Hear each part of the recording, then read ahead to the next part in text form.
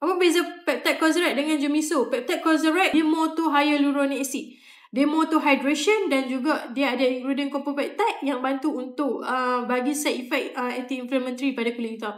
Kalau Jumiso dia ada snail. Snail adalah untuk hydration juga. Lepas tu dia ada copeptide dalam Jumiso tu dan ada banyak peptide lain lah, tapi Cik Syira lebih highlightkan copeptide tu. Dia bagus untuk anti-inflammatory. Lepas tu, Jumiso ni dia lebih advance sikit. Dia ada benda yang boost collagen dari segi snail. Beza dari segi ingredient tu. Snail dia bagi hydration dan boost collagen. Peptide Cosrx dia bagi hydration sebab dia ada hyaluronic acid dan dia boost collagen. Beza dari segi formulation. Manfaat dia tetap sama, cuma formulation dia berbeza sikit. Kalau tengok dari segi texture, Cosrx ni dia macam ayak sikit.